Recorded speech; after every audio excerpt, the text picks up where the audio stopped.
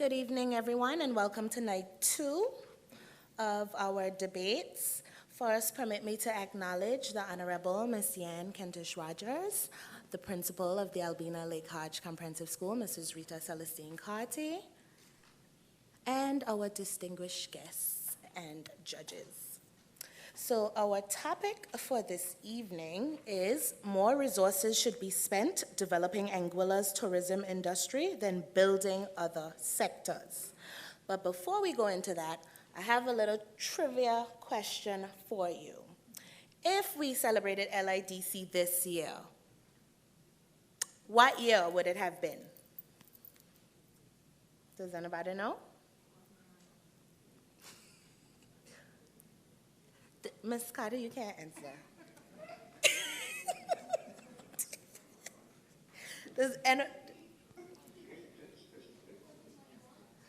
Yeah, but which year?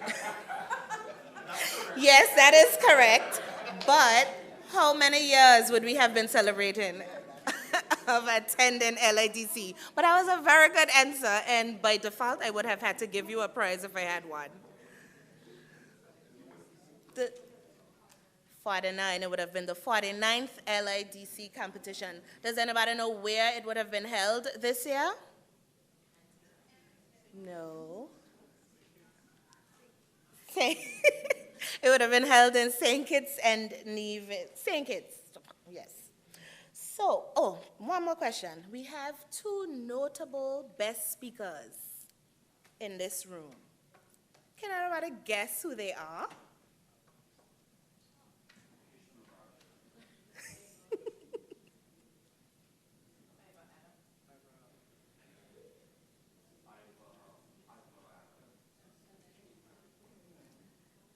So Nakishma Rogers, she would have won twice. The Honorable Miss Deanne Kentish-Rogers would have won twice as well. And our most recent best speaker was, who? Ivor Adams, that's right.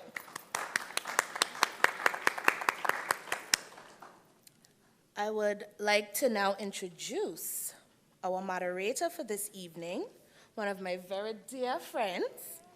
Mistress Nakishma Rogers Hull is a former member and vice president of the Literary and Debating Society. She was also a debater and represented Anguilla for several years, during which time she captained the debate team and received the Best Speaker Award on different occasions. Mistress Rogers Hull has experience in oratorical competitions, speech writing, and public speaking as a pageant chaperone and coach, a speech night awardee, and a former debater. Nakishma also hosted her own radio show for 2 years. Nakishma was the 2006 Island Scholarship recipient, as well as a graduate of the University of the West Indies, the Norman Manley Law School, and the University of London. She is an attorney at law by profession, called to the bar since 2011, and also holds both a bachelor's and a master's degree in law. Mistress Rogers Hull is currently employed as a senior Crown Counsel in the litigation division of the Attorney General's Chambers, where one of her main functions is courtroom advocacy. Let's hear it for our moderator for this evening, Mistress Rogers Hull. And before I turn the mic over to her completely, I would just like to say a special thank you to AI Live for our YouTube broadcast, in Anguilla for our Facebook Live, Flow for providing us data, and of course, all of this would not be possible without our organizers, Mistress Charmaine Ray Richardson, Mistress Fawn Campbell Toussaint, and Mr. Carl White. Round of applause. Mr. Francis, can you come and lead us in prayer? Thank you very much.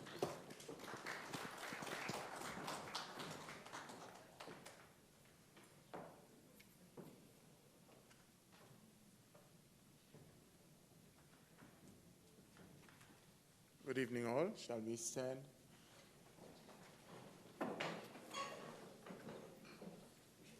Let us pray. Our Father and God, tonight we are happy, we are blessed, we are privileged to be here tonight, and we give you thanks for that.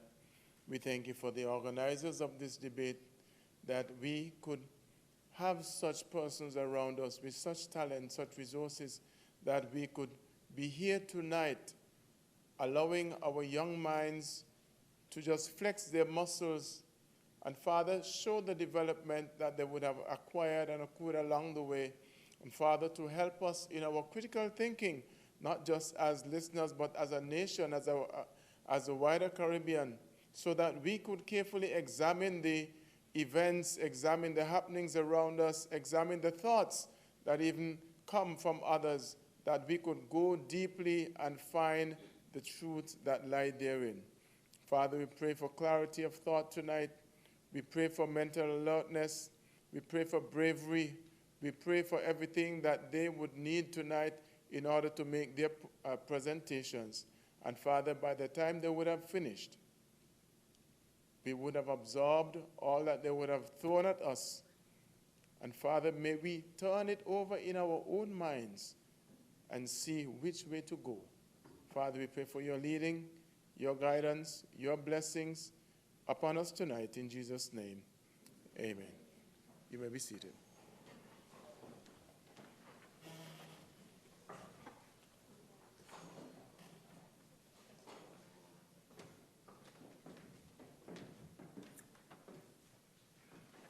Good evening, everyone.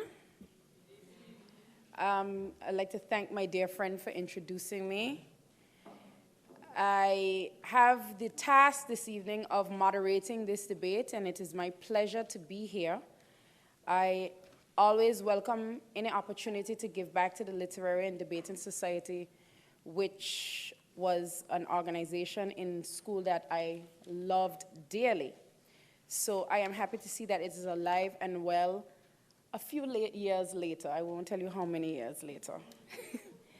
So my task for this evening as a moderator, I am cautioned to use neutral language. I will introduce the moot and the criteria for judging. I will introduce the debaters and the adjudicators along with their credentials. I will introduce each speaker before him or her make their presentation. And I will give the allotted time. I'll let you know when that time has expired. I will give the amount of time that each speaker spoke for at the end of their presentations. So the procedure for this evening, the leader of the proposition will make his or her case for a maximum of 10 minutes. The leader of the opposition shall then make his or her case for a maximum of 10 minutes. The second speaker of the proposition shall make his or her case for a maximum of 7 minutes. And the second speaker of the opposition shall then make his or her case for a maximum of 7 minutes. The leader of the opposition shall have a maximum of 5 minutes for rebuttal, and then the leader of the proposition shall have a maximum of 5 minutes for rebuttal. At the end of each speaker's allotted time, the speaker will vacate the lectern. The timekeeper shall give a warning signal 1 minute before the expiration of the speaker's allotted time, and again at the end of the allotted time. Following the rebuttal, the adjudicators will be escorted to a secure area for their deliberations. Deliberations should last no longer than 15 minutes. Before the start of the deliberations, the auditor will collect the score sheets on which the scores achieved by each team will be recorded by the 3 judges. The auditor will then compute the final scores, determine the winning team, and turn over the results to the special adjudicator. The auditor is allotted 15 minutes. The moderator may lead or will lead an open discussion while the adjudicators are deliberating for 10 to 15 minutes. This discussion must be about the moot point and must not be a discussion of the debaters. Upon the return of the officials to the debate venue, the chief best speaker adjudicator and the chief prepared presentation judge will each give a brief constructive critique of the debater's performance, after which the results will be revealed. So just to give you a little bit of information about our judges, I will start with the best speaker judges. And I will start with a a good friend of mine and the former UE mate, Mr. Kenneth Kentish. Round of applause. Could you please take a bow? Mr. Kentish is a national of Anguilla, a past student of the Albina Lake Hodge Comprehensive School, past debater and member of the Albina Lake Hodge Comprehensive School Lectern Debating Society. He's a managing partner at Joyce Kentish and Associates. I could add a lot more to this bio, but he was gracious enough to give us just a short introduction to him, to who he is. So round of applause for Mr. Kerry Kentish.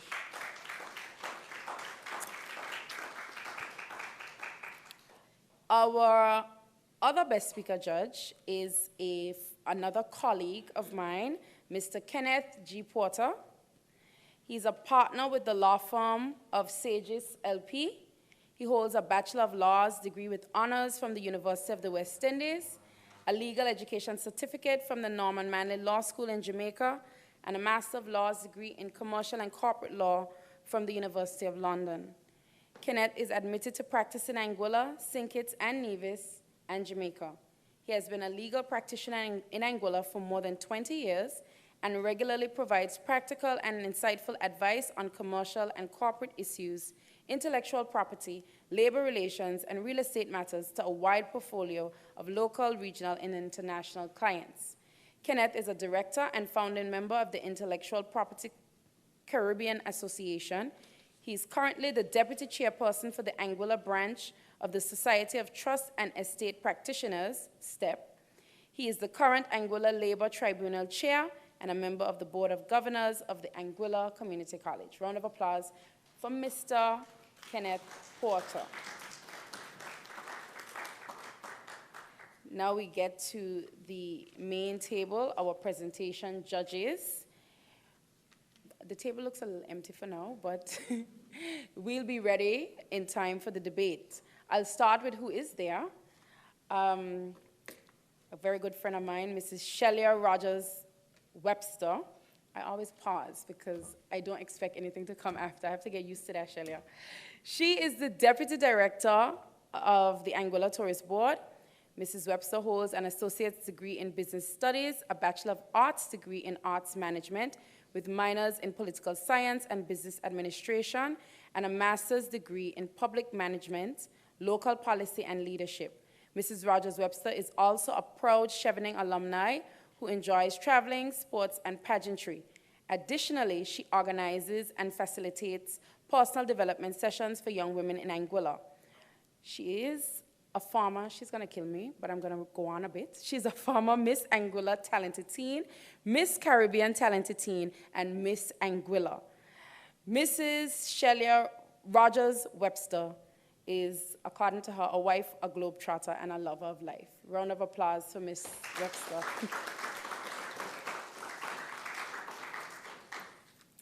Mr.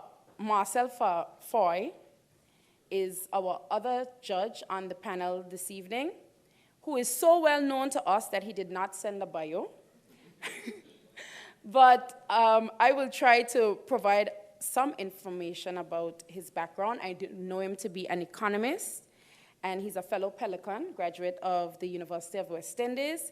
He was also a valuable resource person for the Literary and Debating Society when I went to school. So a round of applause for Mr. Marcel Foy. And our final judge on the panel for the presentation is Dr. Aidan Harrigan. Dr. Harrigan graduated from the Exeter University in the UK with a doctorate of philosophy in economics. Dr. Harrigan is an experienced permanent secretary with appointments covering 3 portfolios: Home Affairs from July 2020 to present, Finance, January 2012 to July 2020, Economic Development, Investment, Commerce, and Tourism, February 2006 to December 2011. Dr. Harrigan is skilled in strategic planning and leadership, change management, negotiation, public sector financial analysis and management, project cycle management, macroeconomic analysis, and management. Round of applause for Dr. Harrigan. So I am going to introduce the Moot. I believe Regine mentioned it earlier.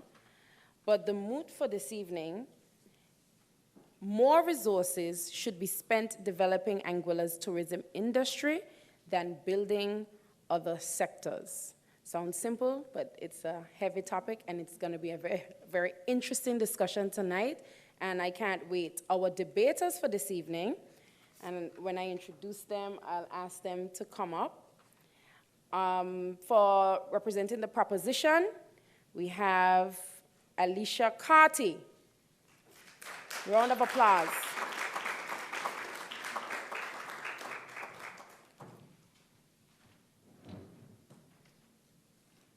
Also for the proposition, C.C. Walker.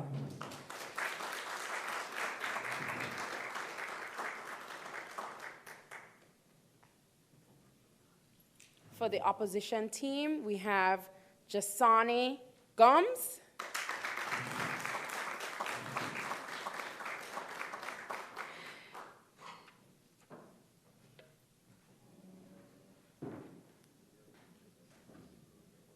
And hopefully I get this right, Lysandria Franklin. All right.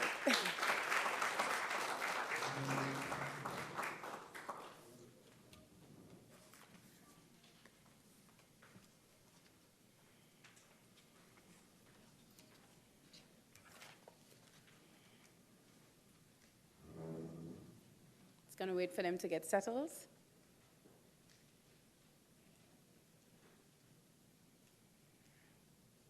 You guys ready? You guys ready? All right, they seem to be ready. Anybody in here a little nervous for them?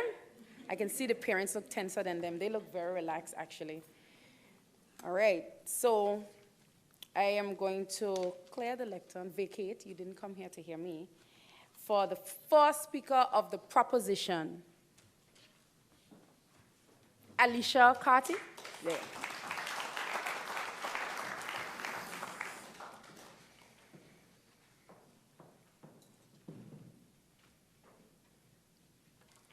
In the words of the Honorable Victor Banks, quote, Mr. Speaker, tourism is by far the main engine of Anguilla's economy, unquote.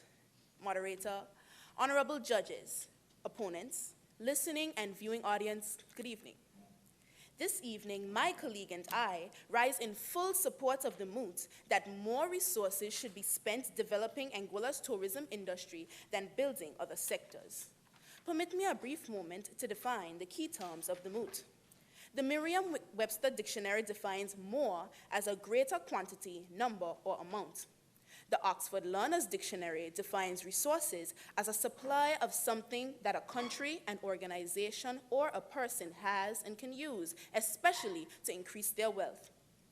The same source defines developing from the verb develop as a gradually growing or becoming bigger, more advanced, or stronger. Anguilla is the British overseas territory located in the Caribbean, and according to the Oxford Learner's Dictionary, tourism industry is the business activity connected with providing accommodation, services, and entertainment for people who are visiting a place for pleasure. The same source defines sector as part of an area of an activity, especially a country's economy. Moderator, this evening I will highlight the significant impact that the tourism has had and continues to have on Anguilla's economy. I will do so by providing statistics that show the monetary contributions of tourism to Anguilla's economy. I will also show how the tourism industry is intricately linked to other sectors. Hence, developing the tourism industry would in turn develop other sectors. My colleague will illustrate how investing in the tourism industry is more cost-effective than investing in other sectors. Moderator, the proposition agrees that there are many sectors contributing to Anguilla's economy. It is therefore kind of sad that we have to stand here and prioritize one over the other. However, the reality of the matter is simply this. The tourism industry is the most lucrative sector for Anguilla. Moderator, take a trip with me down memory lane and let me remind you of just how much tourism contributed to Anguilla's economy over the past few years. Based on the 2019 budget address presented by the Honorable Victor Banks, the top performing sectors for Anguilla over the years have changed very little. The top 5 sectors include hotels and restaurants, real estate, renting and business activity, public administration, defense and compulsory social security, transport, storage and communication, and financial intermediation. Now, moderator, hotels and restaurants are easily identified as divisions of the tourism industry. However, it would be a grave error if I did not point out that thanks to tourist influence, real estate, renting, and business activity can also form part of the tourism industry. Moderator, let us look at some numbers. According to the 2015 budget address presented by the Honorable Hubert Hughes in the House of Assembly, Anguilla welcomed 135,095 visitors in 2014. Wait, moderator, let me translate that to dollars. Tourism contributed 141.63 million EC dollars to Anguilla's economy. How about 2016? In the words of the then Chief Minister, the Honorable Victor Banks, quote, the tourism sector contributed 163.38 million to the total economy in 2016. This sector is by far the largest direct contributor to the level of economic activity, unquote. Moderator, did you hear that? The largest direct contributor. On the other hand, in 2016, real estate, renting, and business activity contributed 105.49 million EC dollars, while the financial section contributed 93.57 million, both considerably lower than hotels and restaurants. Furthermore, the Honorable Chief Minister stated that in 2017, up until the passage of Hurricane Irma in September, tourist arrivals in 2017 were ahead of the 2016 numbers, unquote. In fact, the tourism sector contributed 131.84 million EC dollars to Anguilla's economy. Imagine, moderator, just imagine what the numbers would have been had we not faced the devastating and catastrophic Hurricane Irma. In 2018, the Honorable Victor Banks stated, quote, the tourism sector held on as the largest contributor to the economy in 2018. The contribution totaled 102.73 million EC dollars, or 15.5% of GDP, unquote. Let's not forget, moderator, restaurants and hotels did not reopen until late in the year in 2018, having to renovate and even rebuild in some instances. Yet, the tourism industry remained the largest contributor to the economy. Now, let's look at 2019. Again, the Honorable Victor Banks in his budget address stated that hotels and restaurants was the #1 contributor to the economy in 2019. The total contribution to nominal GDP is estimated to have been 204.47 million EC dollars. Moderator, year after year after year, the tourism industry has been the largest contributor to Anguilla's economy, and that can continue with more resources. Further, the tourism industry is interconnected with other sectors, some of which depend heavily on tourism. According to the Honorable Victor Banks in the 2019 budget address, quote, wholesale and retail contributed 73.44 million EC dollars to the economy and is estimated to have grown by 25%. This can be attributed to activities in the construction sector and preparations that were being made for the restart of the tourism season. The transportation, communication, and storage sector totaled 72.2 million EC dollars with a growth rate of 1.42%. This sector would have benefited from the spin-off activities related to construction and tourism activities. Similarly, moderator, in the 2020 budget address, it was noted real estate, renting, and business activities. This sector contributed to 100.83 million EC dollars. This massive increase was positively impacted by the tourism sector. Moderator, the transport, storage, and communication sector also saw a growth of 25%, and it was noted that the transport subcategories were positively impacted by increased activity resulting from construction and tourism. The fishing sector is also dependent on tourism. The Department of Fisheries and Marine Resources noted in their contribution to the 2019 budget that, based on the increased arrivals last year in comparison to previous years, it is anticipated that the 2019 fishing industry will be very lucrative. Moderator, just in case you were wondering why we should further develop the tourism sector if it is already doing so well, the answer is this. In a world that is ever-changing, we are to ensure that we are prepared. We are to ensure that we can adapt, and we should always ensure that we can meet the needs of our visitors. There is much potential for the diversification of our tourism product, and we have already seen that sports tourism is a real possibility. According to Caribbean Cup Tennis by sports travel experts, quote, the Level 3 Anguilla Tennis Cup 2019 is both a substantial boost to the continued development of sports tourism on the island and to the Anguilla Tennis Academy. Moderator, Mr. Jamil Rochester, Assistant Manager of Destination Experience at the Anguilla Tourist Board, stated, quote, the Anguilla Tourist Board sees the value in supporting areas that promote sports tourism. We realize that events like these draw players from overseas and family members who will stay at our accommodation facilities and enjoy them. You see, moderator, the benefits of further developing the tourism industry are endless. Therefore, we, the proposition, maintain that more resources should be spent developing the tourism industry than other sectors. Thank you.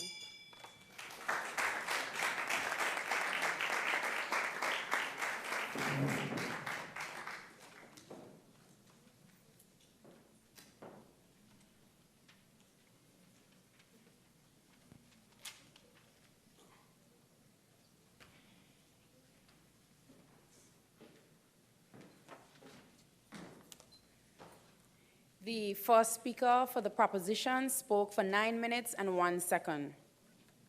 I now invite the leader of the opposition, Jasani Gums.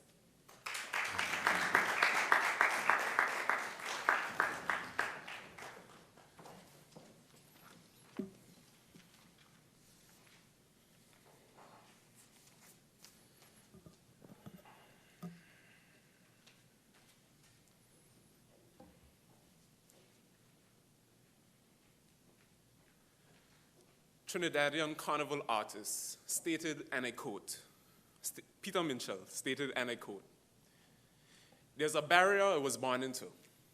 There's a barrier that every small islander inherits, especially after colonialism.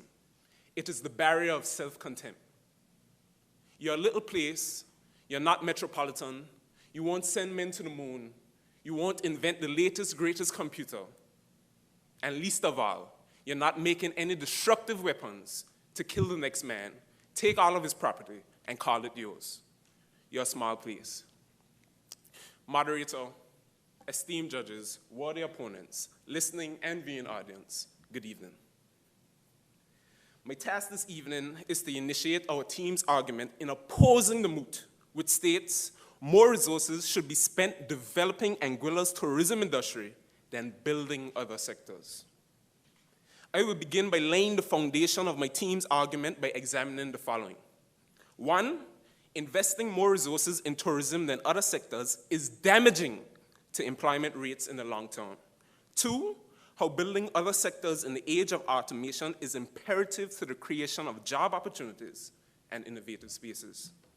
3, the negative social and environmental effects of tourism. My colleague will capably demonstrate 1, how diversification helps in achieving sustainable development and consequently sustainable goals. 2, the volatility of tourism.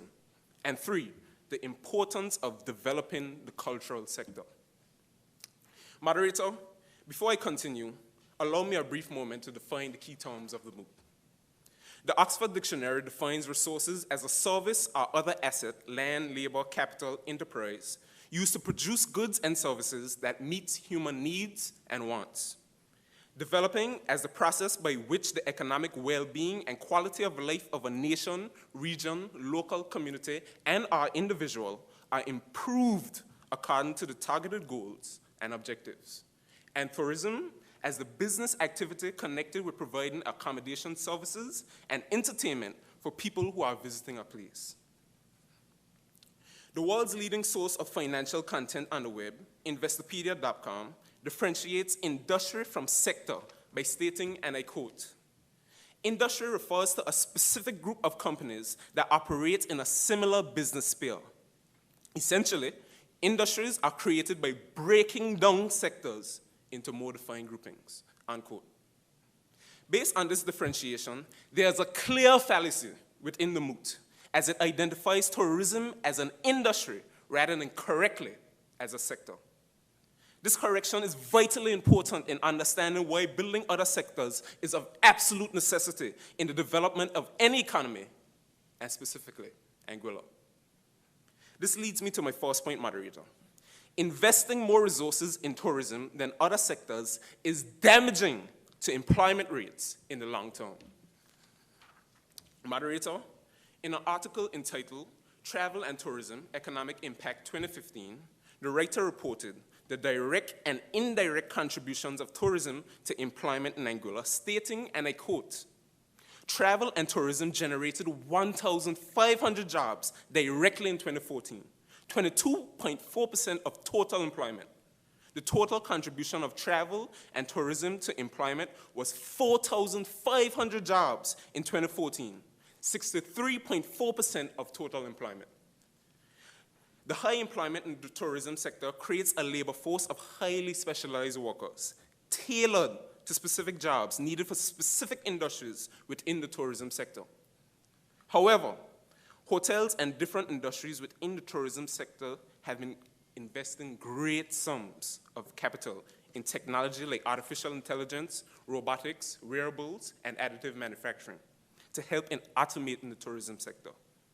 Professor in tourism economics Stanislav Invov, in a 2020 article entitled The Impact of Automation on Tourism and Hospitality Jobs, posits, and I quote, "The introduction of automation technology raises fears of job losses and technological unemployment due to the substitution of human employees by robots, AI, and other automation technologies."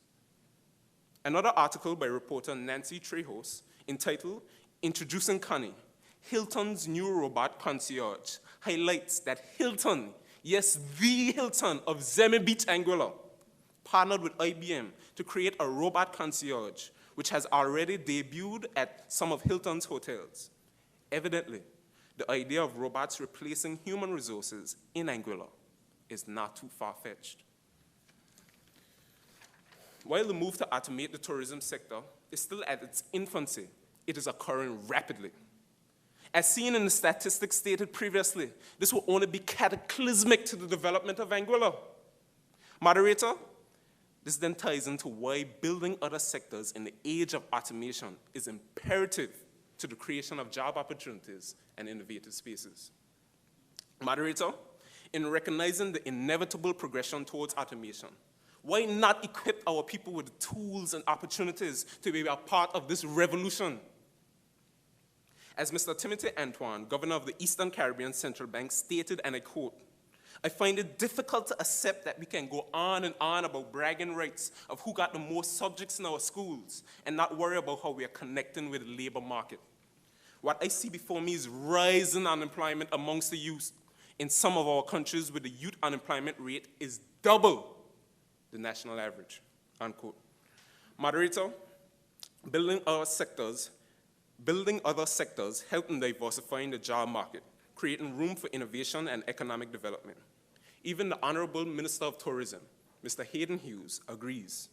As just last month at a government press conference, he said, and I quote, "All the diversification that emanates is driven by dollars coming into the island, and government is currently working on knowledge-based and service-based industries. We are now working on the digital aspect of investing." Moderator, I will not rob my colleague of the opportunity to further expound on diversification, but I will ask this.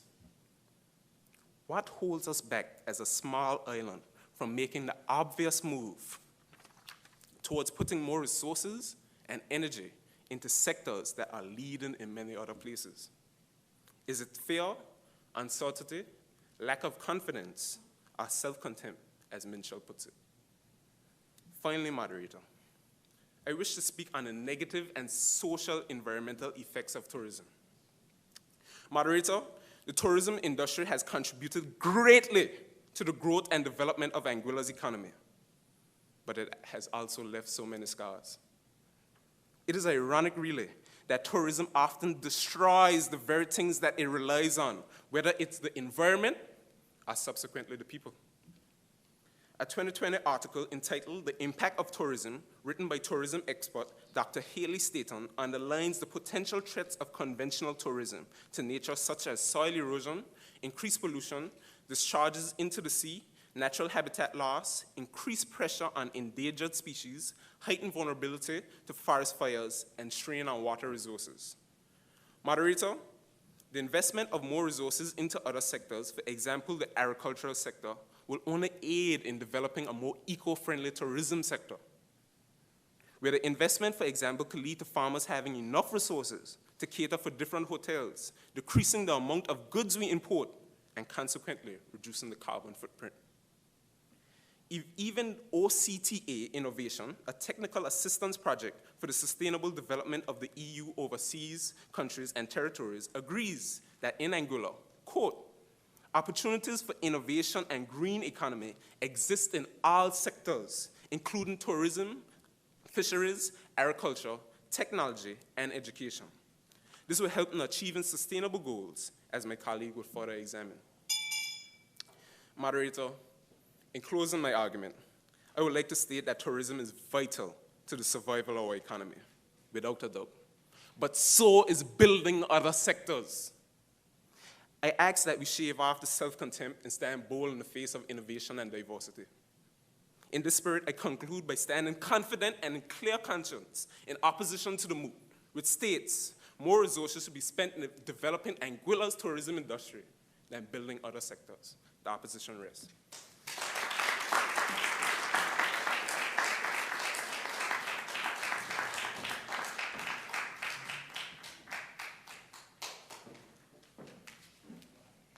The leader of the opposition spoke for 9 minutes and 31 seconds. I now invite the seconder of the proposition.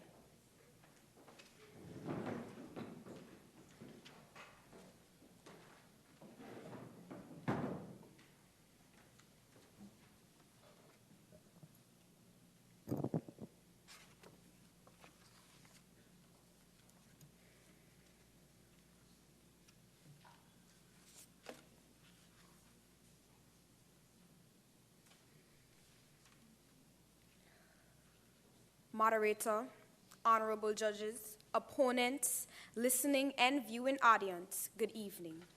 My colleague has already highlighted the significant impact that the tourism industry has on Anguilla's economy. She has also given an in-depth analysis of other sources of revenue for Anguilla and has shown that when it comes down to dollars and cents, more resources should be spent developing Anguilla's tourism industry than building other sectors. I will now explain how some of the greatest assets of Anguilla are directly linked to the tourism industry. Hence, it would prove more cost-effective investing in the tourism industry than investing in a different sector. Moderator, luckily for us, Anguilla is already a treasure gem. We have a tourism product that is envied and sought after. We cannot ignore the fact that we are 35 square miles surrounded by pristine water. We cannot ignore the fact that we boast 33 magnificent beaches. Allow me to single out Shoal Bay East, which was named the most beautiful beach in the world by Condé Nast Traveler in 2014. Not just that, moderator. This beach continues to rank with the very best in the world. In a 2017 article entitled The 25 Most Beautiful Caribbean Beaches, Shoal Bay East ranked number 4. And in November 2020, it was ranked number 6 of the 16 best beaches in the Caribbean. In addition to our beaches, moderator, we cannot ignore that Anguilla has been hailed as, quote, the culinary capital of the Caribbean, unquote. In an article by Sarah Wells entitled Island-Inspired Food, Anguilla, she states, quote, at first glance, you would never suspect that this quiet little island is known to be the culinary capital of the Caribbean. Chefs, both locally born and raised, and those classically trained and returned to the island, create some of the most ingenious plates in the region, unquote. And what about us, the people of Anguilla? Moderator, we cannot ignore that we are Anguilla's greatest asset. The representatives of Beach Court Villa correctly identified on their webpage, quote, its greatest asset is its 15,000 industrious, conscientious, fun-loving, and welcoming people. Anguillians are committed to showing you their beautiful island with pride and hospitality, unquote. Condé Nast Traveler also noted in a 2014 article that, quote, Anguilla is where you'll find the best people on earth. While the beaches in Anguilla are truly second to none in the world, it's the people and the culture that makes Anguilla a true gem, unquote. Moderator, undoubtedly, Anguilla has made a name for itself in the world of tourism. Have we forgotten all the excitement in July 2020 when it was announced that Anguilla won the prestigious Best Island in the Caribbean, Bermuda and Bahamas award? This award by Travel and Leisure magazine was won not once, not twice, not 3 times, but for 4 consecutive years. Moderator, all this without a modern airport, all this without major cruise lines. This kind of recognition should not be taken lightly. Instead, it should motivate us as a people to carefully analyze our tourism product, determine what works and what doesn't, and continue to improve what we offer. However, moderator, those improvements will not come without additional resources. We accept that as a result of COVID-19, we have seen a decline in tourist arrivals for the year 2020, and there's a heightened concern about the future of tourism for Anguilla. Moderator, be not dismayed. The proposition assures you that if proper measures are in place to ensure the safety and security of our locals and tourists, Anguilla can continue to strive as the #1 destination.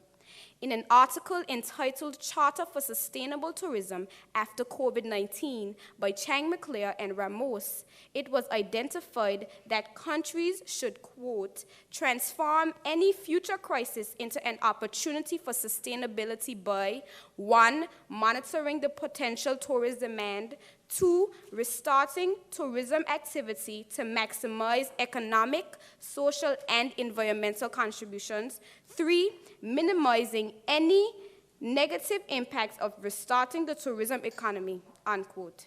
You see, moderator, other countries are assessing ways to adjust to enable them to continue to benefit from tourism. We need to charter a way forward to encourage safe tourism. This may require creating activities which encourage social distancing. Moderator, the proposition maintains that any additional resources to develop the tourism industry is well worth it. While tourism is benefiting the economy well, there is much more that could be done to increase its profits. For other countries, perhaps the tourism industry is not worth the investment. But for Anguilla, we simply cannot disregard statistics. To do so would be a shameful act of ignorance. Remember, moderator, as the slogan for Anguilla Tourist Board says, they are islands. They are extraordinary islands. And then there is Anguilla, beyond extraordinary. Thank you.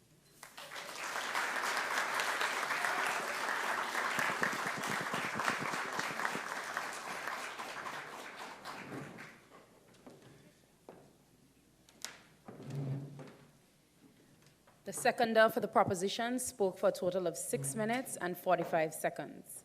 I now invite the seconder for the opposition.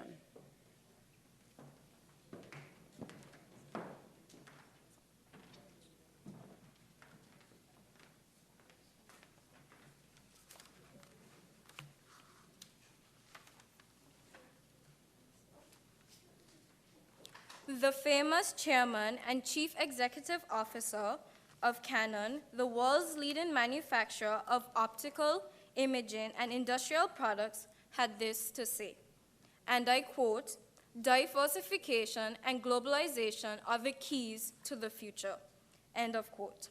Moderator, esteemed judges, distinguished opponents, fellow debaters, ladies and gentlemen here this evening, and those joining us via the World Wide Web, a pleasant good evening. As technological advances are made all around the world, it is impractical and highly unlikely any society on earth will remain a mono-sector economy. Therefore, my colleague and I stand firm in opposition to the Moot. More resources should be spent developing Anguilla's tourism industry than building other sectors. The leading economic powers have figured it out. Even some of our fellow neighbors like Barbados, Haiti, and Trinidad and Tobago have caught on. What is this top secret information that holds the key to a successful economy? Well, moderator, this information, or word rather, is not so secret. In fact, I am sure everyone has heard this word before. Diversification. The key to any successful economy is diversification. According to the Oxford Dictionary, diversification is the process of a business enlarging or varying its range of products or field of operation. This also applies to a country. Investopedia, a business-oriented website, defines diversification as a risk management strategy. Now, let us all imagine if Anguilla is to develop a sustainable economy based on tourism, other sectors will still have to be developed.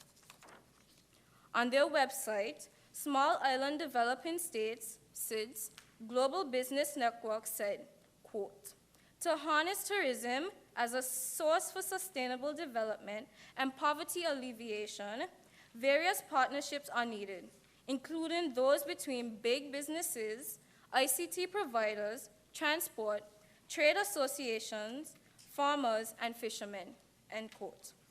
With this, moderator, we note that for tourism to be improved, more resources must be spent developing all sectors and industries.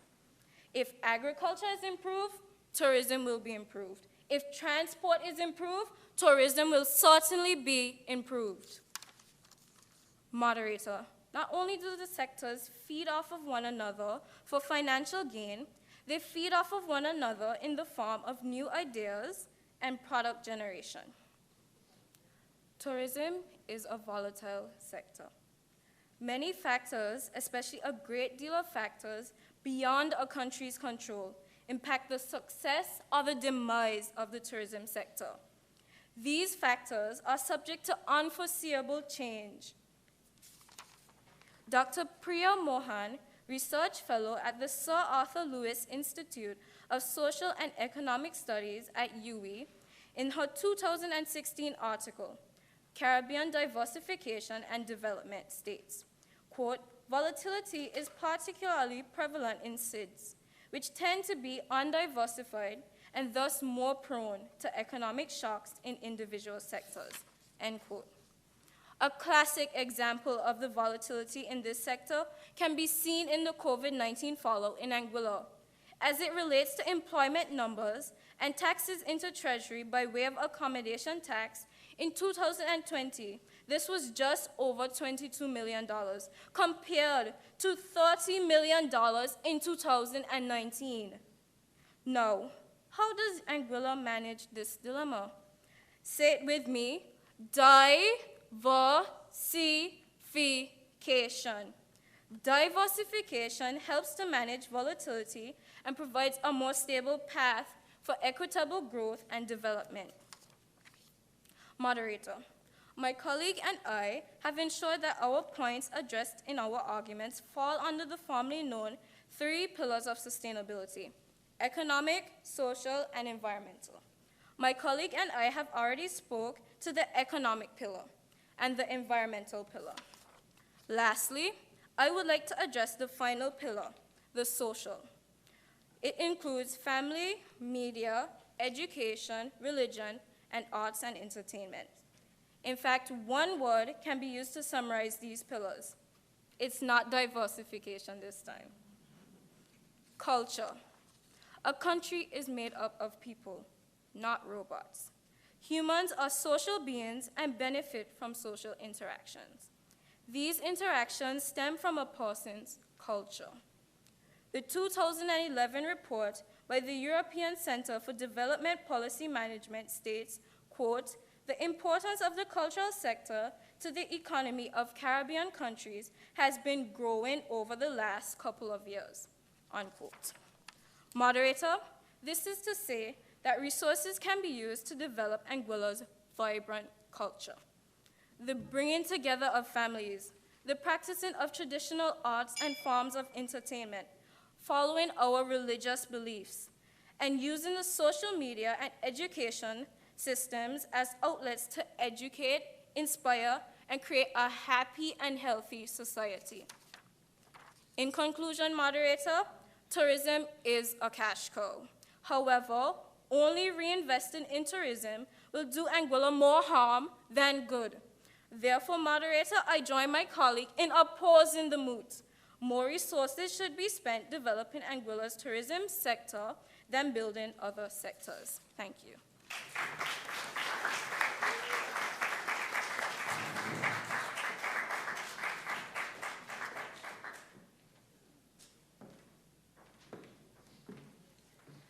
The seconder for the opposition spoke for a total of 6 minutes and 36 seconds. Now we are heading into our rebuttals. And we will commence with the leader of the opposition. He has a total of 5 minutes. Yes. Can you give them 5 minutes of silence so that they can prepare for the debate?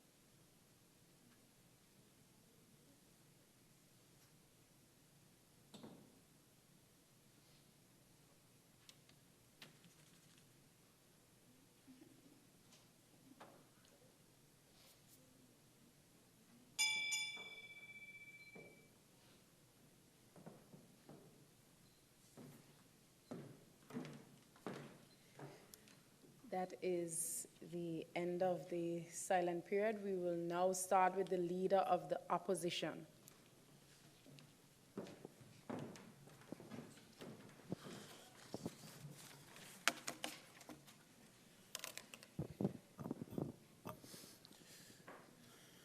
Moderator, honorable judges, worthy opponents, listening audience, good evening.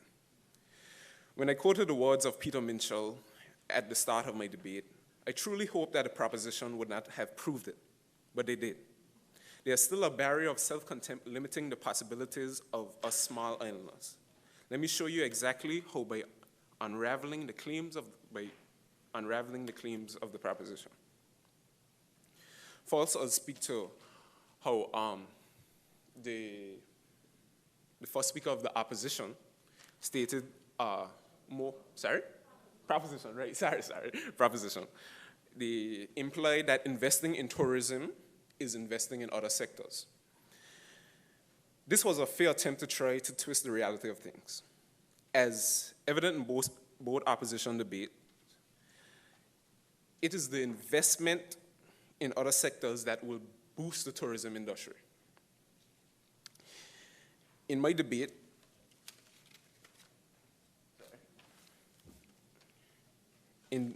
I spoke to this, which I'll quote,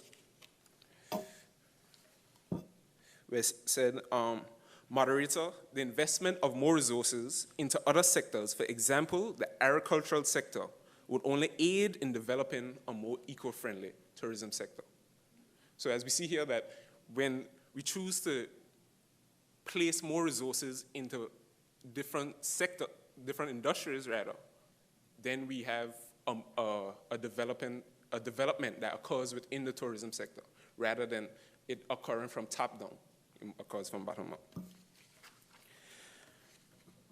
Secondly, moderator, I'll speak to a point that the first speaker made when the first speaker of the proposition made when she stated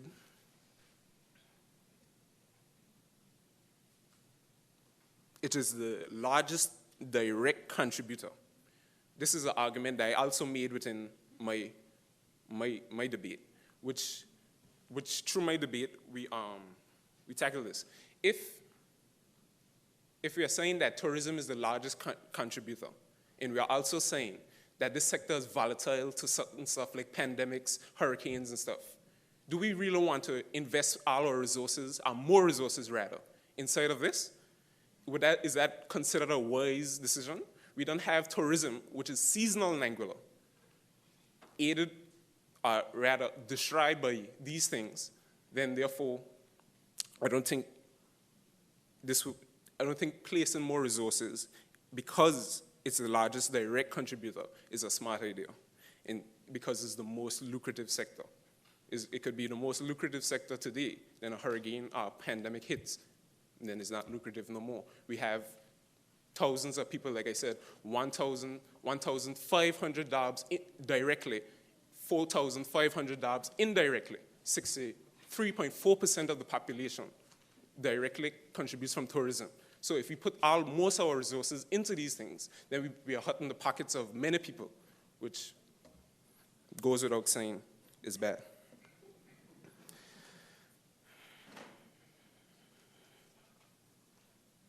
Moderator, the second speaker, based on her arguments on our ability to boast that we have in so many beaches in our culinary arts.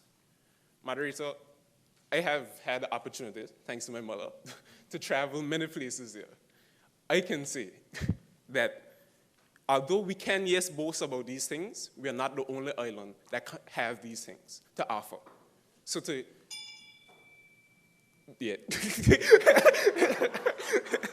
base an argument based off of this, I don't think that it's highly practical. I thank you.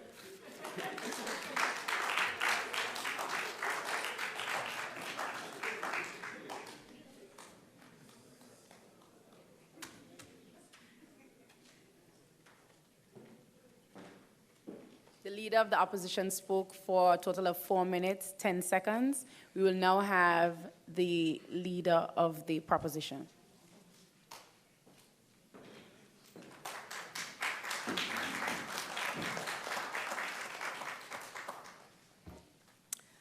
Moderator, honorable judges, opponents, listening and viewing audience, I return. In preparation for this rebuttal, a quote struck my colleague and I's mind. Stick with what works and walk it. Moderator, I don't know if you or my opponents notice, but tourism works. As my colleague and I so ably illustrated, and so did my opponent, tourism is a cash cow. With proper investment of resources, Anguilla will remain #1 in the hearts and minds of our visitors. The first speaker of the opposition said something along the lines of, developing tourism will be damaging to employment rates due to implementation of AI automation in the sector. As long as there are machines, there's a need for people to create these machines, maintain these machines, and service these machines. Jobs will be there for the taking, and we will only need to diversify our education systems to accommodate this sector. The first speaker of the opposition also stated that, stated that developing tourism would not necessarily be sustainable, but we can't build other sectors without extra revenue from our, as my colleague so ably put it, our cash cow. And the second speaker of the opposition stated that we need to diversify other sectors. The second speaker of the opposition mentioned diversification, but so did I. The speaker mentioned agriculture and transportation, but so did I. I think what my colleague failed to realize is that agriculture is not a standalone, sector. It's not a standalone sector, but that gains from locals alone, and neither is transportation, as mentioned in my argument. Finally, the second speaker of the opposition stated that culture should be a focus point of investing. Moderator, look at Jamaica. Look at countries like Barbados. Culture is a market point for tourists. So I leave with this quote. A diamond is just a chunk of coal that worked well under pressure. Instead of stepping back, let's apply pressure. Thank you.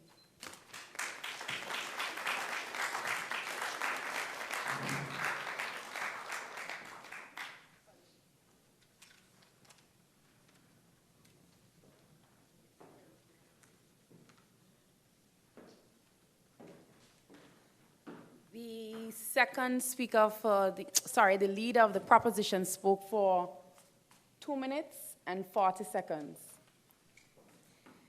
So, now we will ask our judges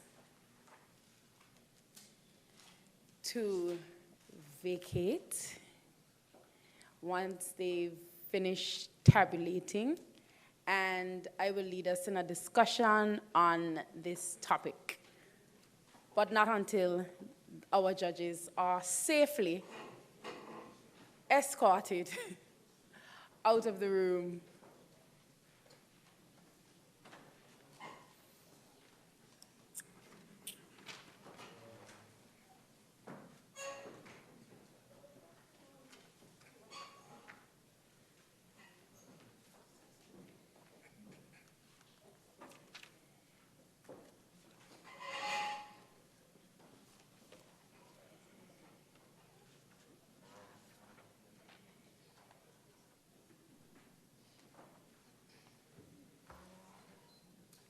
I think we're safe. Just a reminder of the Moot. More resources should be spent developing Anguilla's tourism industry than building other sectors. Anybody for the taking? Anybody willing to step up? Do we have mics? Yes, we have a mic. Oh, yes, great. The Honorable Jose Vanterpool. Yes, so our job here is to discuss the topic and not to critique the debaters or the presentations. So yes, go ahead. Well, I don't have any critiques to offer other than there was an amazing job well done by all 4 of the participants. They definitely deserve a round of applause.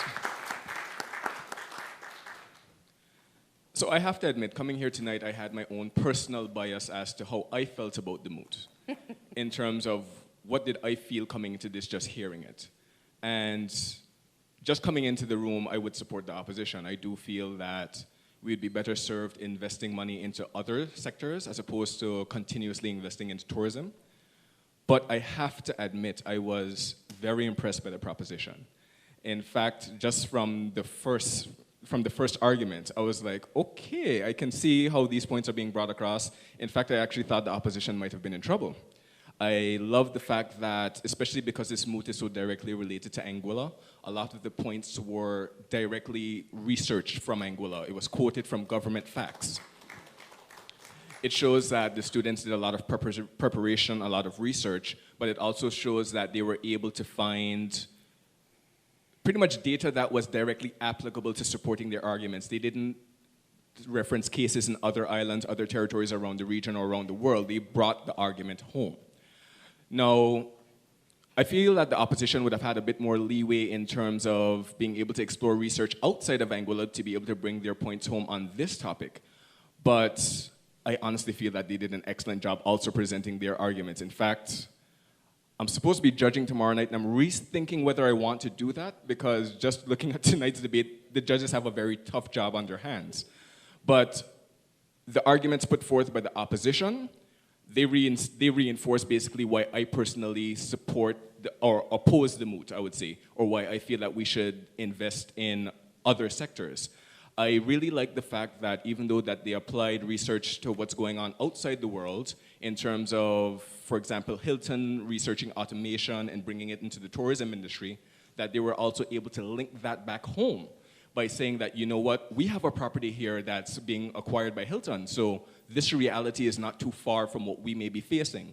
So I think both sides did an excellent job in terms of framing their arguments, in terms of defending their cases, and good luck to the judges. Excellent job to everyone. But also the discussion, I'm not going to leave you off that easy.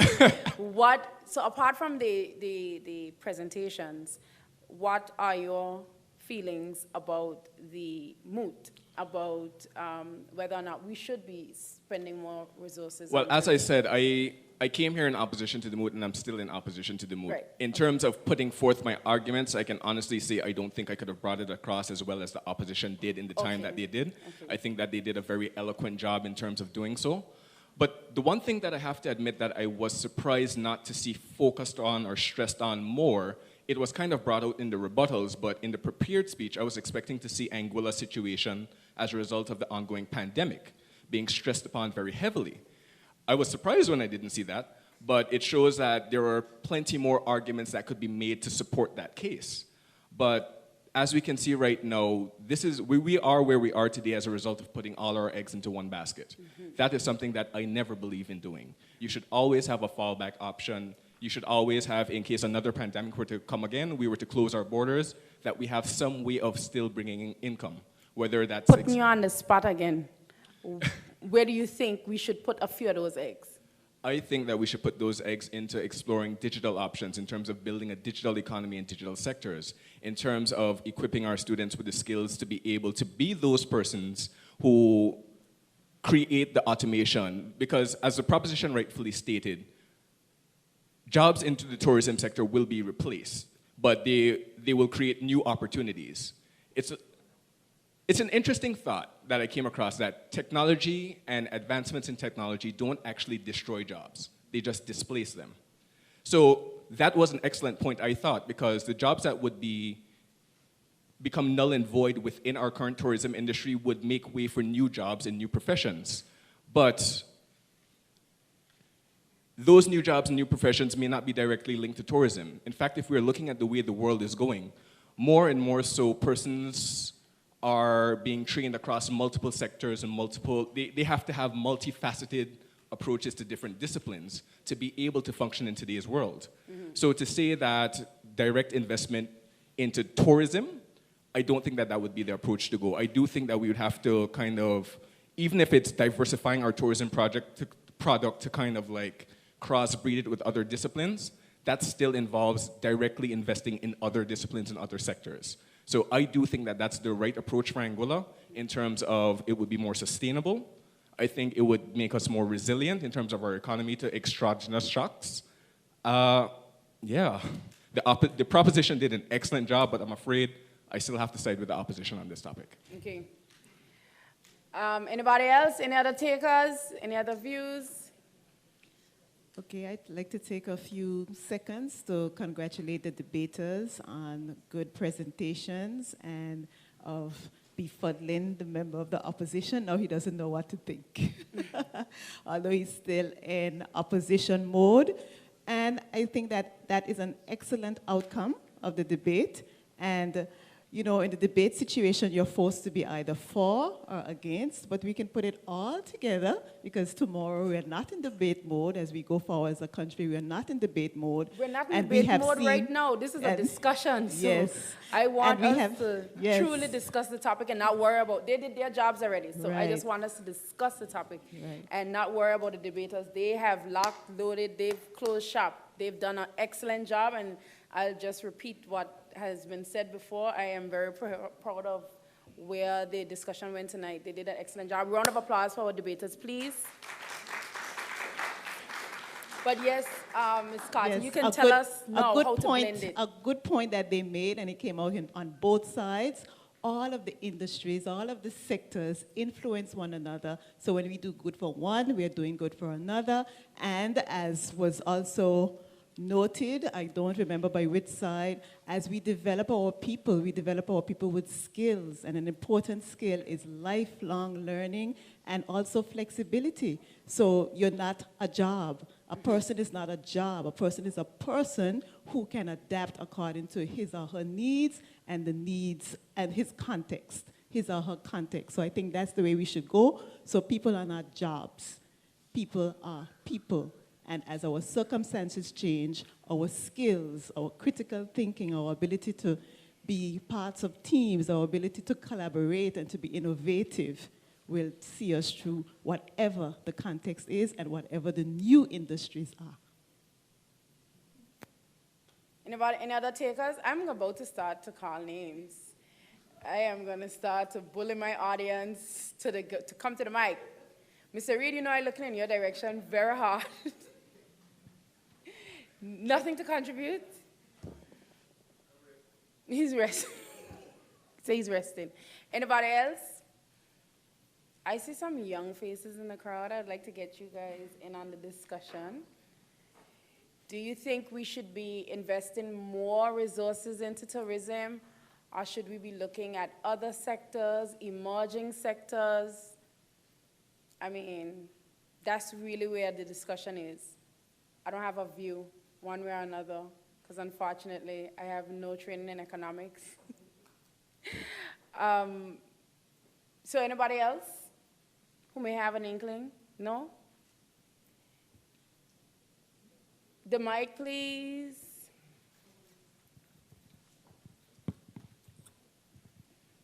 Good evening, all.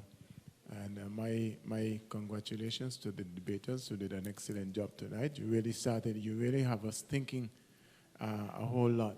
And I think what we need to explore as a country is, it was said on more than one occasion that investing in other sectors would only help to bolster tourism. And so going forward, what we can explore is a partnership across sectors. Just as it was said, the agricultural sector feeds the tourists. And so if we could have an ongoing partnership with the agricultural sector, agriculture's ongoing partnership with schools, because our youngsters are the ones who will be leading the charge tomorrow. And so as we partner across sectors, across departments, then we will only have a stronger and more vibrant tourism product. For yes, tourism is volatile. And we are depending on something that is well, to use a bad word, unstable at best. And today it's here, tomorrow it's gone. But if we give it legs, if we give it some good legs in education, we give it some good legs in agriculture and in other sectors, of course it has good legs in construction already,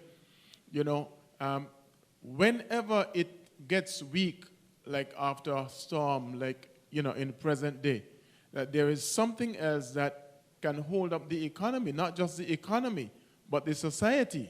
For we have seen and we hear so many distress stories that, have been going on for the past year. Just after Irma, there were persons who, here in Anguilla, who wanted to take their own lives.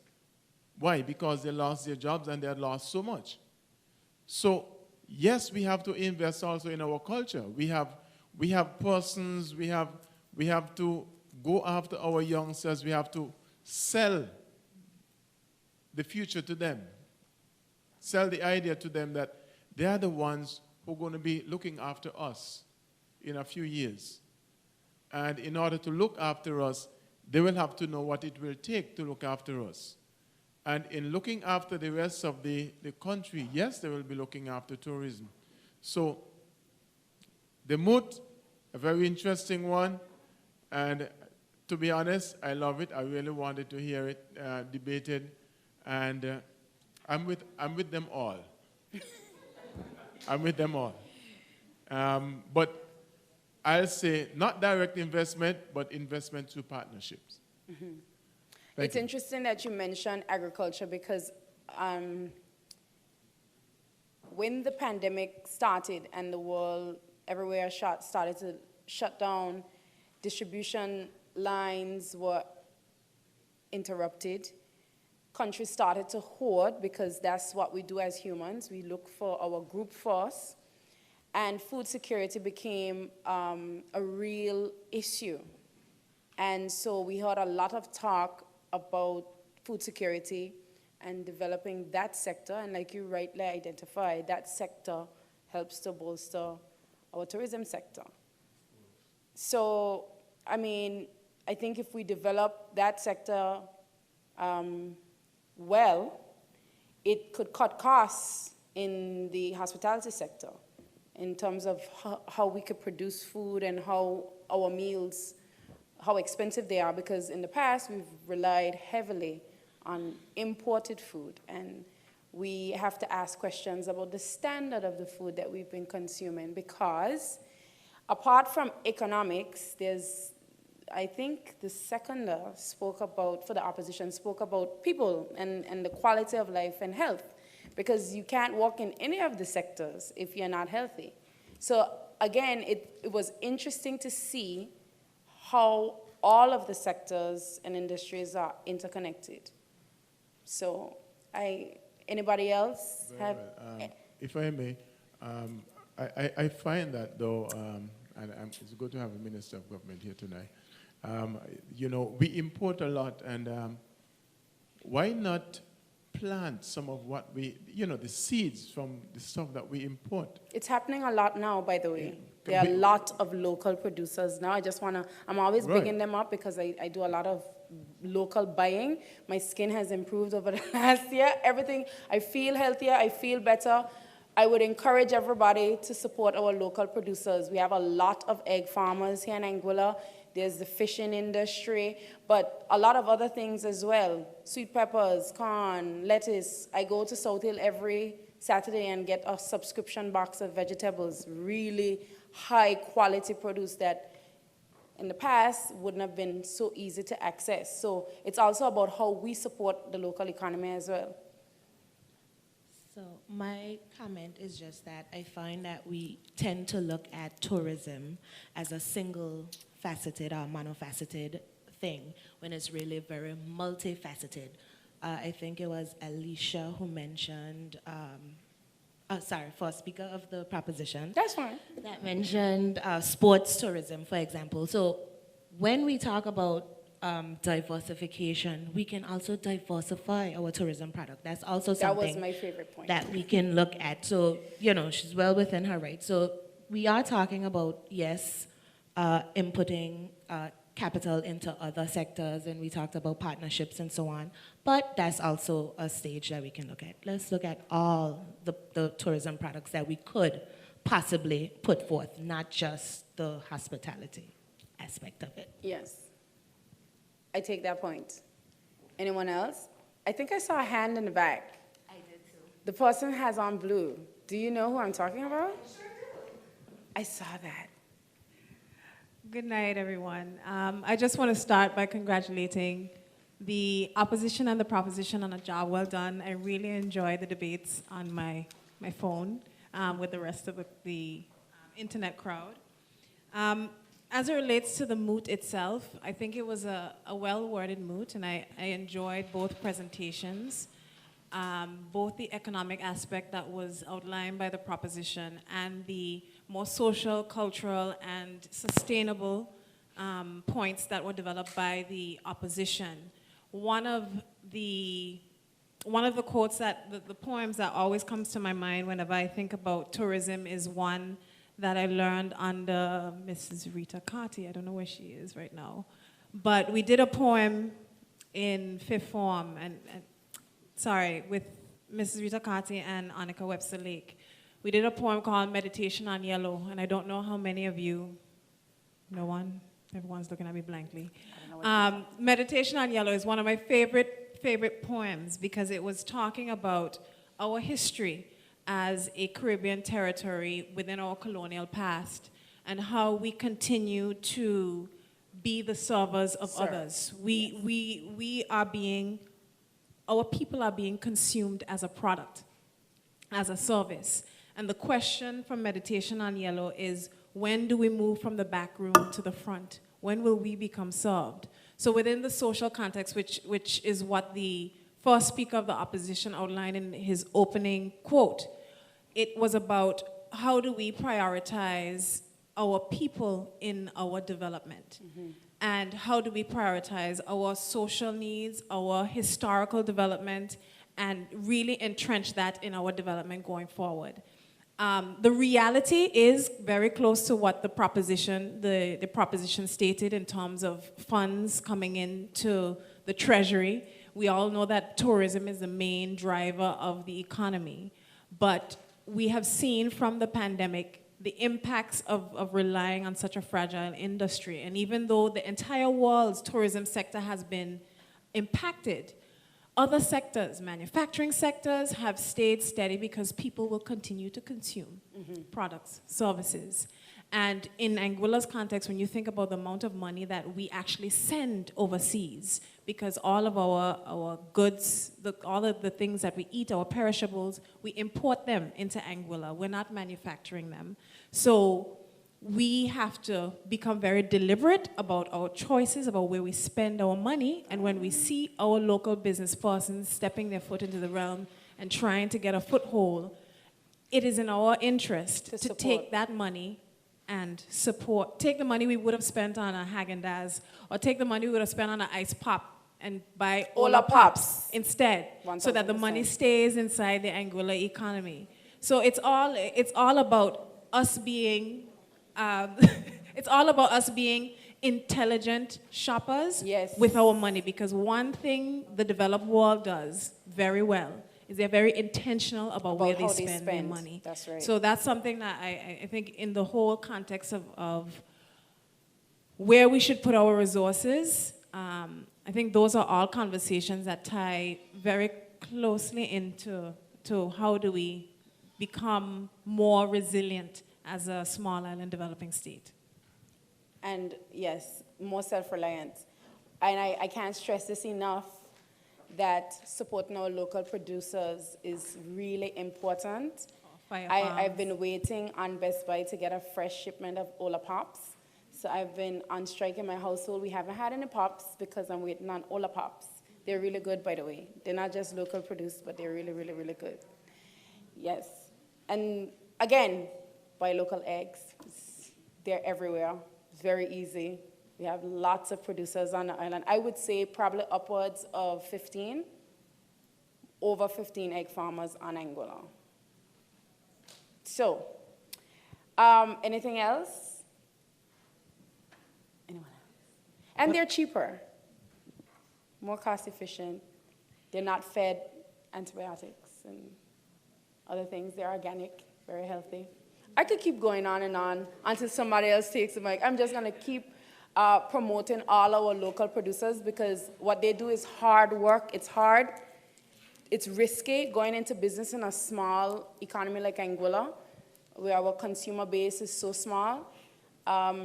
But they do it, and it's imperative that we try to support them as much as we can.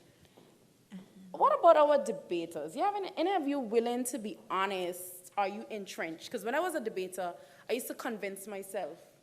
I would start off in one position, and by the time I was done, I was like, this is it. My last debate was on hip-hop, and I stopped listening to rap after that. I had thoroughly convinced myself that it was really, really disastrous and destructive. So are you like that? Are you entrenched in your positions?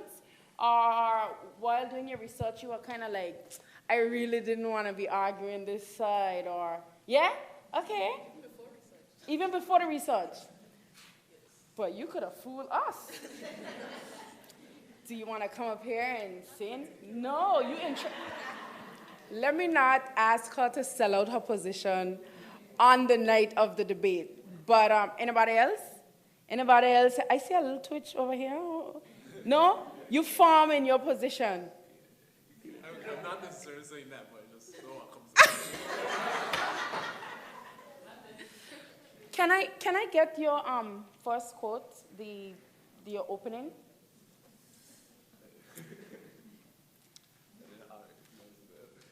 I think this would be an interesting discussion point. Apart from the debates. You can? Oh, great, because then I get to share the mic. You know it out of your head? Oh, good. I should know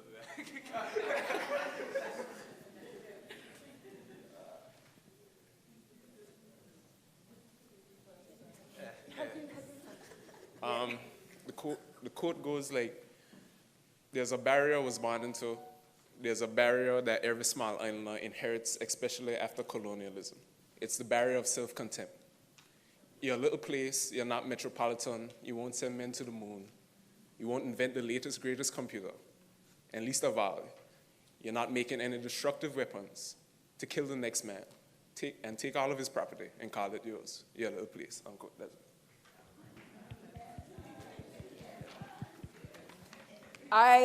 Where is that from? Oh, it's Peter Menschel, a Trinidadian carnival artist. Anybody got goosebumps when he read that quote? Yeah, that one had me. I was like, okay. Anybody else? Anybody want to discuss the impact of this quote? Yeah, the latest, greatest computer. Right, but I think it's sarcasm. And yeah. I'm saying even in that context, there are still things that we can tap into. Like Gibri Lewis? Like Gibri Lewis, like all our nomadic skills that don't require us to be tethered to one place in order to develop skills. So our digital industries, artificial intelligence, those require the application and the knowledge-based industries that require you to build skills. Those are still accessible in terms of creating our human resource then becomes a market. So we are creating a marketplace in Anguilla that can operate anywhere in the world. It is the barrier of self-contempt. At first I thought it was self-content, being content with where we are, but it's self-contempt. You're a little place, you're not metropolitan. You wouldn't send men to the moon. What's the point of sending people? I never understood why we needed to send people to the moon. And you know, there's a whole division. Isn't America developing a whole space division of their army? How necessary for the advancement of the human race. Yes, let's hear you. Where's my mic? Supremacy. You think that's what it is? You hear that? They are always on a constant quest to conquer. And my leader of the opposition said he thinks that's about supremacy. In a time when the human condition is what it is, they are pumping millions, maybe billions, into a space force. So, Minister of Education, excellent comments. And leading off of that, that's exactly why I support diversification and why I think we need to be exploring these technical fields. To bring it home to your quote. To get Anguillan Space Force? I hope not. No, nothing to do with Space Force. No. Okay, Let's forget about that. Mm-hmm. To bring it home in terms of the small elementality or that we are small enough, we will never be able to achieve this, we'll never be able to do that. One of the places that I often advocate that Anguilla tries to replicate is that of Estonia. And I think that Estonia is a very excellent example to highlight in terms of this quote or in this perspective. Mm-hmm. Estonia has a population of, I believe, just over 1 million persons in Europe. So relative to the other countries in the European Union, it's a very small place. Mm-hmm. But Estonia is currently the digital leader in terms of e-services. It's the first country in the world that has been recognized as a true digital society. It's the first country in the world that allowed truly internet voting. Not e-voting where you can vote electronically, but where you can just via internet connection anywhere across the world be able to vote. It is the country that has the most unicorns per capita. What is a unicorn? A unicorn is a startup that, when it goes to its valuation, values at over $1 billion. What? Skype was created in Estonia. The founders of Skype, who I actually had the opportunity to have a conversation with, they were working on creating delivery robots that can automate the delivery process of, they were working with Domino's to do pizzas, but really and truly anything. This is happening in Estonia, one of the smallest countries in the European Union, is leading the digital revolution or the technological revolution worldwide. So it goes to show that you're right, maybe it's our self-contempt that's holding us back. Because really and truly, if we tell ourselves we do it and we put our minds to it, there is very little that we cannot do. Mm-hmm. So size is really and truly not a limiting factor for us. I think that we need to recognize our small size. We need to recognize that there are certain advantages that come along with having a small size. There's a certain amount of agility that we can move with that larger countries can't move with. In terms of infrastructure, if we wanted to deploy something across the entire country, there's a much lower capital cost to doing so than it would be for a larger country, whether in the Caribbean or even worse so for a first world country. Yeah. So in terms of being able to keep up with such fast-moving and fast-paced niches that are evolving in today's world, once we equip our people with the skills and the tools to be able to compete, there's a lot of things that we can actually use our small size to our advantage to be able to not only compete effectively, but like in the case of Estonia, to hopefully one day be able to lead the world in these areas. Do you think that more businesses and all the sectors, including agriculture, should be utilizing technology more? Yes, and that's because, okay. I just remembered the mood for tomorrow's debate, so I want to be very careful as to what I say. In fact, I'll leave it at yes. What's the mood for tomorrow's debate, by the way? Just so they I don't want to misquote it. Anyone has the exact mood from the organizer? Yeah, I won't say it because I don't have the exact wording, but it has to do with technology. Okay, so no, we won't go there. Yes, so okay. I won't touch on that beyond saying yes. You wouldn't invent the latest, greatest computer. Is there anything that, I'm still examining this quote, by the way, because I just love it.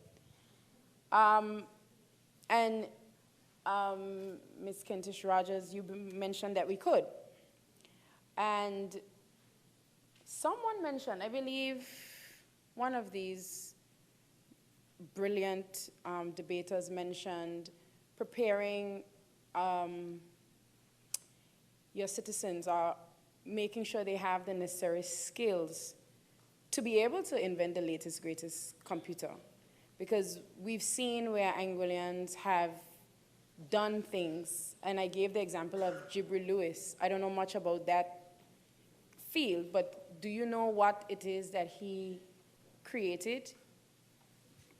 Yeah, he designed a wave turbine for generating electricity using water currents. I believe that he developed that doing his research at the MIT Research Lab in Florida, and that his patent is currently being developed to be deployed. I'm not sure where at the moment, but I believe it's currently in production to see if it can be put into use. Wow. So that's us challenging this concept right here that we won't invent new things. And least of all, we're not making any destructive weapons to kill the next man and take all of his property and call it yours. You're a little island. But that's a good thing, that we're not creating weapons of mass destruction.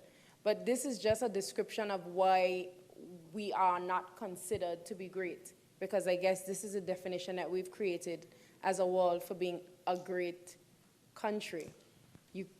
This is why Calypso is so cool too, because look at how he created such meaningful commentary in a few sentences.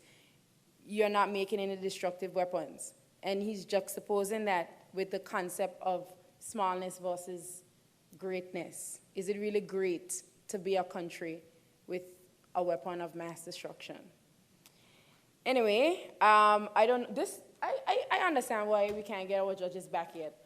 But I fully understand why. But is there anybody else in the audience who is willing to give any more insight on this topic? Any more comments? No? Everybody's satisfied that we should pump all our money into tourism? Definitely not.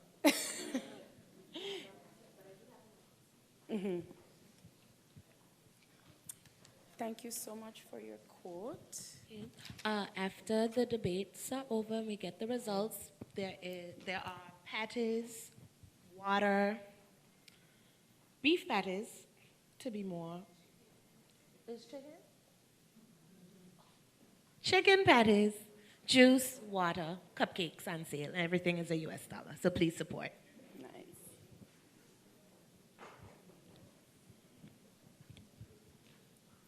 Be sure to tune in for tomorrow's debate. I'm still waiting on someone to give me the moot so that I can let everybody know. Modern technology has proven to be more harmful than beneficial. Ooh. Interesting. Modern technology has proven to be more harmful than beneficial to modern society. To society. Okay, interesting. I would not have wanted to be a judge either.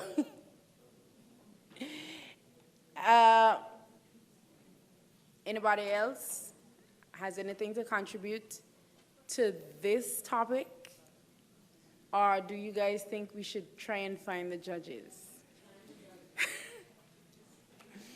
Mr. Reed is looking for helping us find the judges.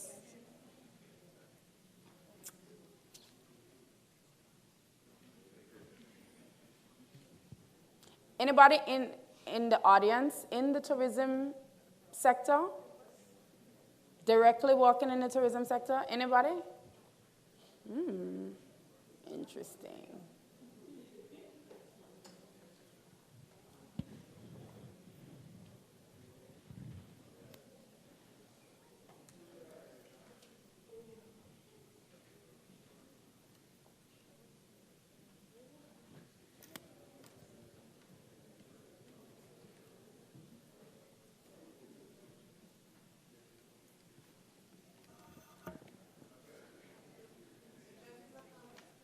Oh, yes. Round of applause, we have them.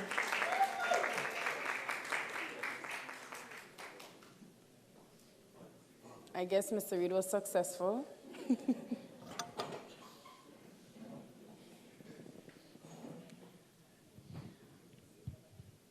Oh, we only have some of our judges.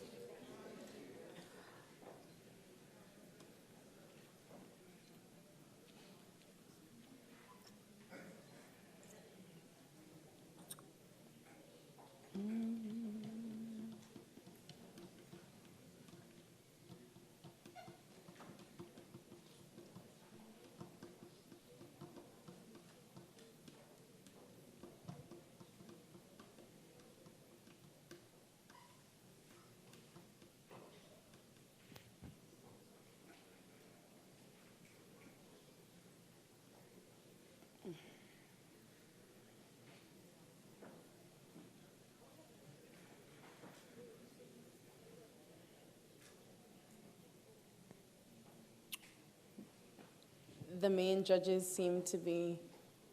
Okay, finally, round of applause for them.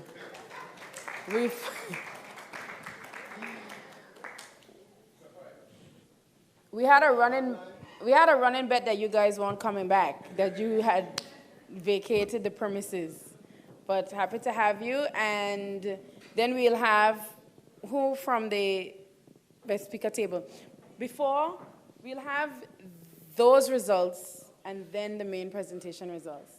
And Mr. Porter is coming to give us the results for best speaker, and then we'll have the results for the main presentation.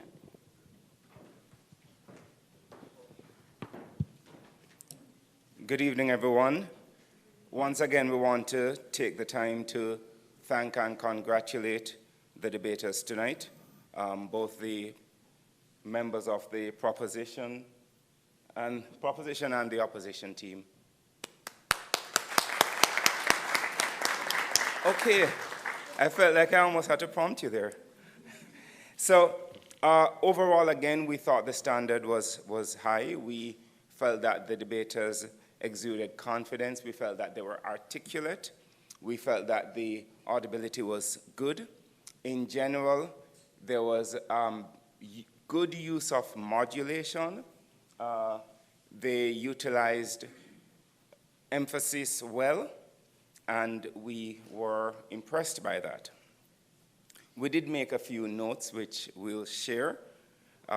Reading at times was somewhat evident, and the key points to note is that reading impacts your ability to connect with your audience. That's primarily it. It impacts your eye contact, it impacts your ability to connect, and it therefore impacts your ability to be persuasive.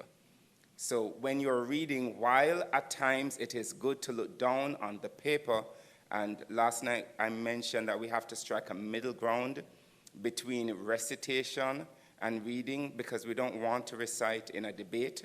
At the same time, you don't want to be reading too much, because that's going to, as I said, impact your ability to connect. Secondly, we'd like to suggest that debaters pay attention to the lectern. The lectern is your friend. In a real sense, the lectern can support you when you're feeling nervous, not by you gripping it like this, but by you gently holding it, right, to help. And secondly, it also helps you with posture. You can utilize the lectern to show your body language, as I said.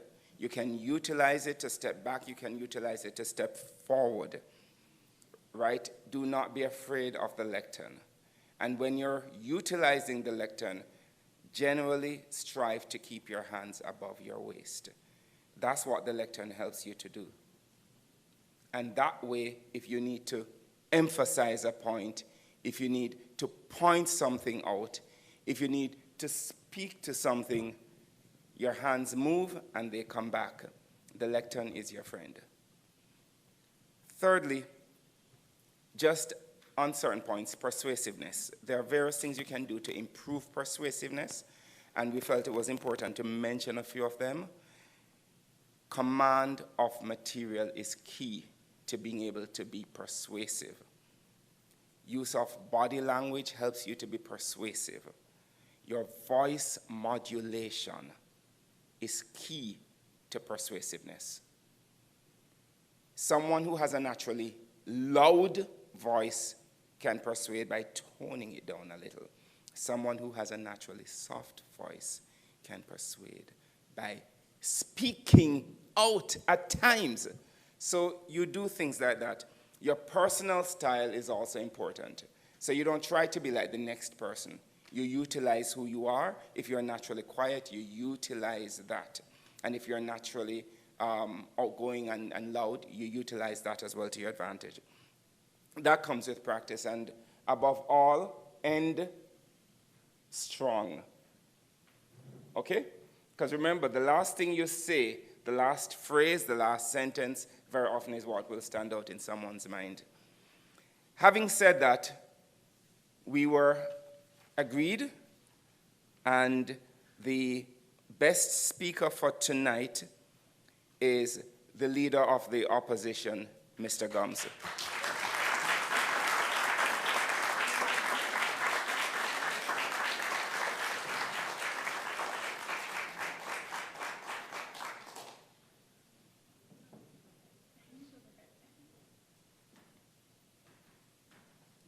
Good evening.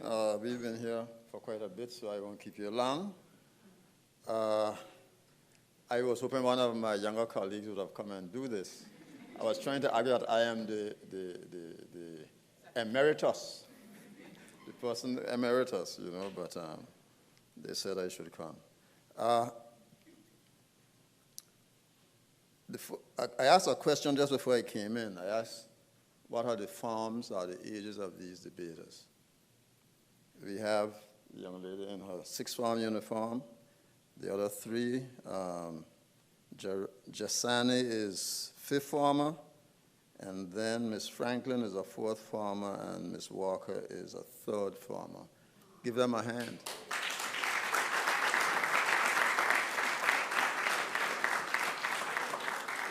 How many of you, how many of us, third former and fourth former, could get up here and do what they have done?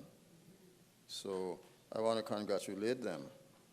I enjoyed the debate, and I'm sure my colleagues as judges also enjoyed it. For the judges, the challenge is to judge on what you hear and observe and not what your biases may be. That's a challenge. Because obviously a topic like this, every one of us have opinions about it, one way or the other. But you try to judge what you hear, what you see, what you observe, and so on and so forth. I think we enjoyed it as judges. I myself made a number of notes, but my job is not to critique, support, or not support. That was done when we were out making the decision. You all had a discussion in here, so I won't get into that. I just want to say that I thought the standard was high, and our debaters, our debating society and ALHCS debating is in very good hands with these young debaters. I just want to, before I give the result, I just want to say this. Anguilla joined the Rebuttals debating competition in, I think it was about 86 or something like that. We won our first debating competition in 89. And the debating competition had started in 72. The winningest island country is Anguilla in terms of victories and in runners-up. Anguilla, winningest of all the debating islands. The final comment I would make.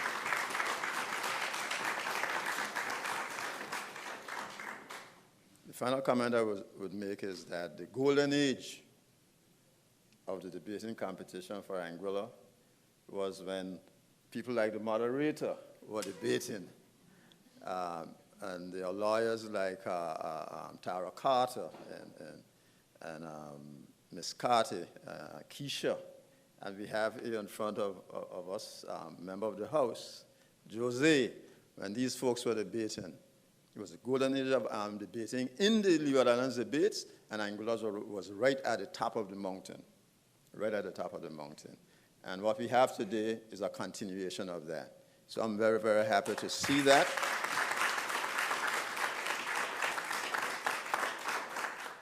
And I just want to encourage you all to continue the great work. Now for the result,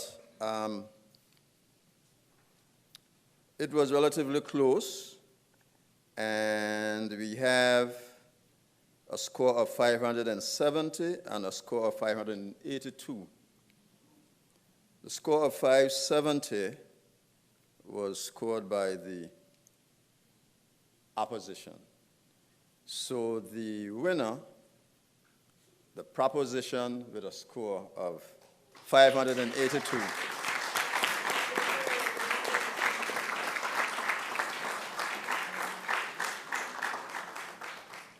So with that, thank you. My job is done.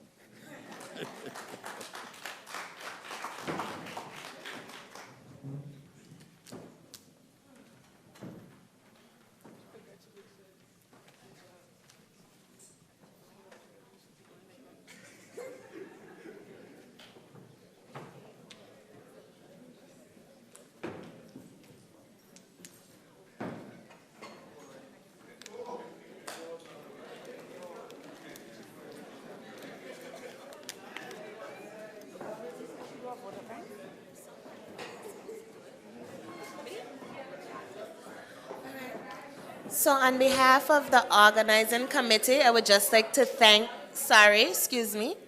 On behalf of the organizing committee, I would just like to thank all of you for coming out to tonight's debate. Our debaters did an excellent job. Congratulations to Jasane on Best Speaker, and congratulations to our proposition for winning this evening's debate. Special shout out once again to AI Live in Anguilla, Flo, our organizers, Mrs. Fawn Campbell Toussaint, Mistress Charmaine Ray Richardson, Mr. Carl White, and of course, our judges, our moderator. Thank you guys all for coming out. Don't forget to support the fundraising effort out at the front. Get home safely.